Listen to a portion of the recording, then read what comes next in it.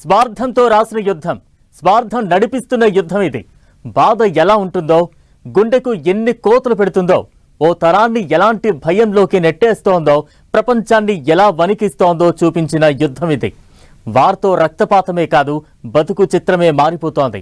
అలాంటి పశ్చిమాసియా యుద్ధం 100 రోజులు దాటేసింది. ముందుకు సాగని శాంతి చర్చలు, వెనక్కు తగ్గని దేశాధినేతలు. దీంతో యుద్ధ సెగలు మళ్లీ రాసుకుంటున్నాయి. మరిప్పుడేం జరగబోతోంది? 100 రోజుల యుద్ధంలో ఏం జరిగింది? ప్రపంచానికి చేసిన గాయమేంటి?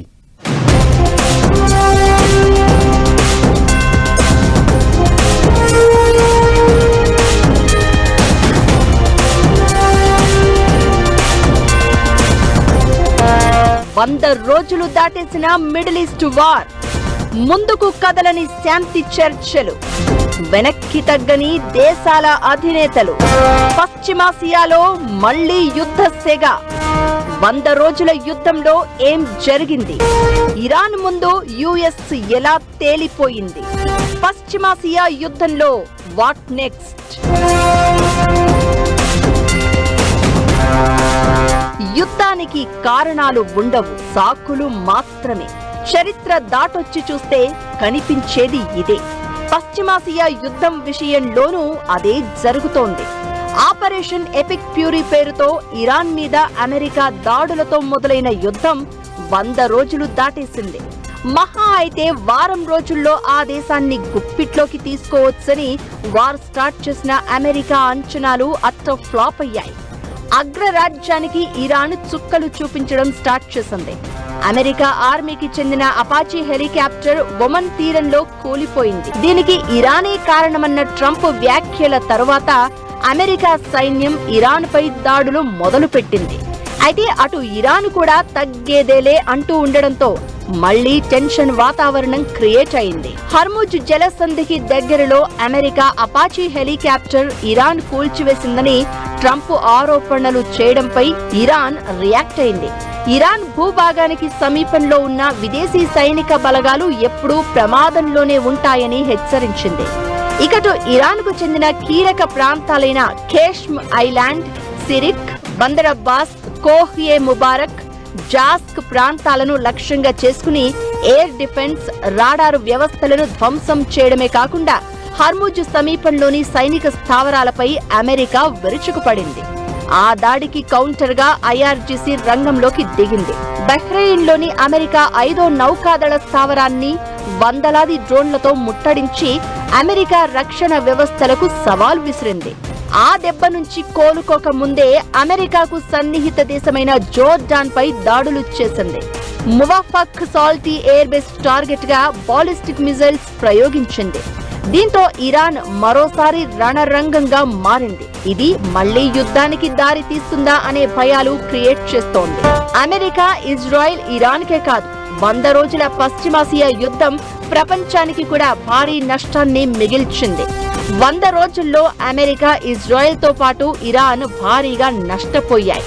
అమెరికా, ఇజ్రాయెల్ దాడులతో సైనిక పరంగా ఇరాన్ తీవ్రంగా దెబ్బతింది.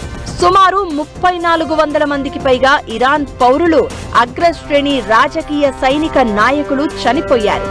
సైనికంగా వీక్ అయినా సరే వ్యూహాత్మకంగా అమెరికాకు గట్టి షాక్ ఇచ్చింది ఇరాన్. హర్ముజ్ను గుప్పిట్లో పెట్టుకుని అగ్రరాజ్యాన్ని ఓ ఆట ఆడేస్తోంది. జలసంధిని అమెరికా దిగ్బంధించినా ఆ మార్గాన్ని ఓపెన్ చేయడంలో మాత్రం సక్సెస్ కాలేకపోయింది. 100 రోజులు దాటేసిన యుద్ధంతో ఇరాన్ ఆర్థికంగా, సైనిక పరంగా చితికిపోయింది. అమెరికా కూడా భారీగా నష్టపోయింది. వార్ స్టార్ట్ అయిన మొదటి 6 రోజులకే అగ్రరాజ్యానికి $11.3 బిలియన్ ఖర్చయ్యాయని అంచనా. ఓవరాల్ గా $630 బిలియన్ నుంచి $1 ట్రిలియన్ వరకు ఖర్చవుతుందనే వాదనలు వినిపిస్తున్నాయి. సైనిక బడ్జెట్ ను పెంచాలని పదే పదే అమెరికా కాంగ్రెస్ ను ట్రంప్ కోరాడు అంటే అర్థం చేసుకోవచ్చు సీన్. క్లియర్ గా చెప్పాలంటే యుద్ధంతో అమెరికా సాధించిందేమీ లేదు. ఇరాన్తో యుద్ధంపై సొంత దేశ జనాలు, పార్టీ నుంచి వ్యతిరేకత రావడంతో కాల్పుల విరమణ ప్రకటించిన ట్రంప్ పాకును ముందుకు నెట్టి శాంతి ఒప్పందాన్ని కుదుర్చుకునేందుకు ప్రయత్నించారు. అయితే ఇరాన్ నిబంధనలకు అమెరికా ససేమేరా అంటూ ఉండడంతో ఆ ఒప్పందం ఎక్కడ వేసింది అక్కడే ఉండిపోయింది.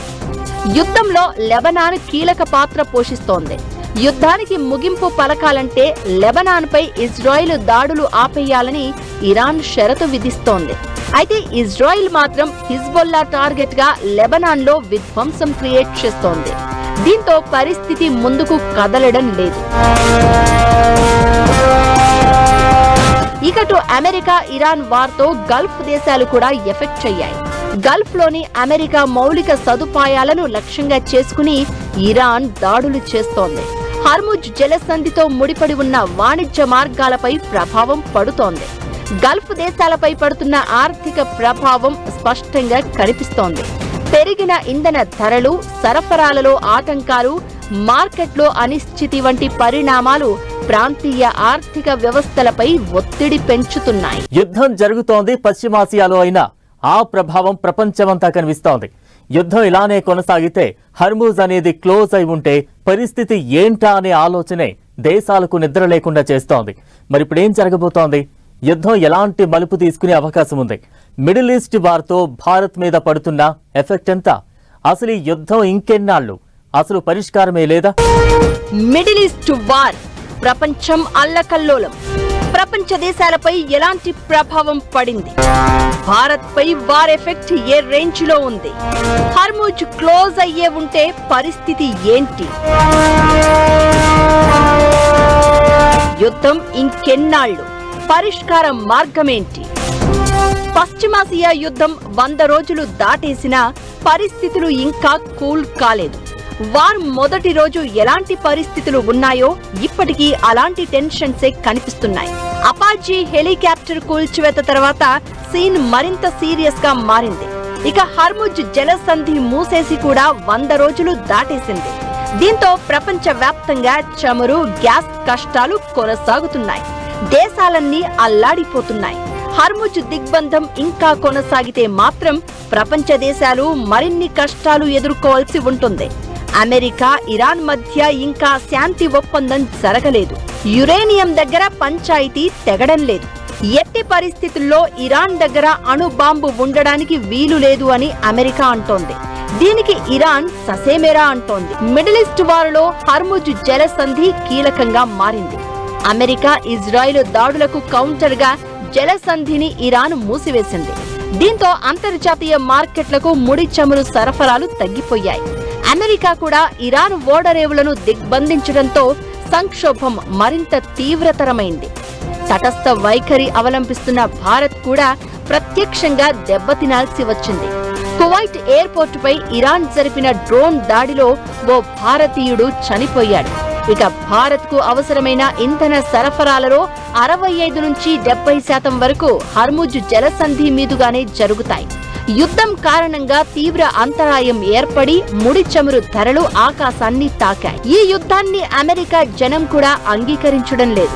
యుద్ధంపై అమెరికా హౌస్ లో జరిగిన ఓటింగ్ లో ట్రంప్ అధికారాలను పరిమితం చేయాలని కోరడం అంతర్గత రాజకీయ విభేదాలను బయటపెట్టింది. పశ్చిమాసియా యుద్ధం 100 రోజులు దాటినా ముగింపు మాత్రం కనిపించడం లేదు. చర్చలు ఎటువైపు సాగుతాయో తెలియని పరిస్థితి. ట్రంప్ తన వ్యూహాలను గ్రేట్ సక్సెస్ అంటుంటే క్షేత్రస్థాయిలో పరిస్థితి మాత్రం దారుణంగా తయారైంది. శాంతి ఒప్పందం కుదుర్చుకునేందుకు ఇరు పక్షాలు కొన్ని విషయాలలో రాజీ పడాల్సి ఉండగా అందుకు అవి ససేమెరా అంటున్నాయి. సైనిక కార్యకలాపాలు స్వల్పంగానే ఉంటున్నప్పటికీ ముప్పు మాత్రం అలాగే ఉంది. రాబోయే రోజుల్లో దౌత్యపరమైన మలుపులే ఈ యుద్ధానికి ముగింపు పలికే అవకాశం ఉంది. లేదంటే ఈ ప్రాంతం మరిన్ని సంక్షోభాల్లో మునిగిపోవడం ఖాయం. ఒకటి మాత్రం క్లియర్, యుద్ధం ఇలానే కొనసాగితే మాత్రం ప్రపంచ దేశాల్లో చమురు, గ్యాస్ కష్టాలు మరింత తీవ్రంగా మారే ప్రమాదం ఉంది అనడంలో ఎలాంటి అనుమానం లేదు.